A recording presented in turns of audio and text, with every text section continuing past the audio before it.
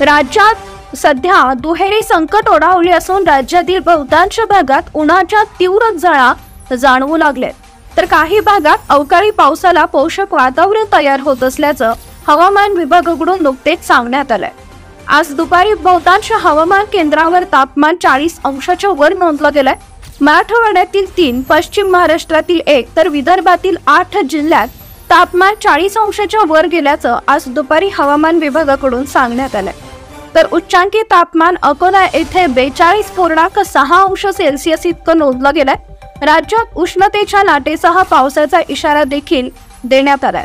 यात प्रामुख्याने मध्य महाराष्ट्रातील सातारा, कोल्हापूर, मराठवाड्यातील धाराशिव, लातूर व विदर्भातील सर्व जिल्ह्यात तुरळक ठिकाणी दुपारच्या नंतर स्थानिक पातळीवर ढगांची निर्मिती होऊन गडगडाटी पावसाची शक्यता वर्तवण्यात आली आहे। तर मध्य महाराष्ट्रातील पुणे, सांगली, मराठवाड्यातील बीड आणि परभणी या जिल्ह्यातही तुरळक ठिकाणी विजांसह पावसाचा इशारा हवामान विभागाकडून देण्यात आलाय।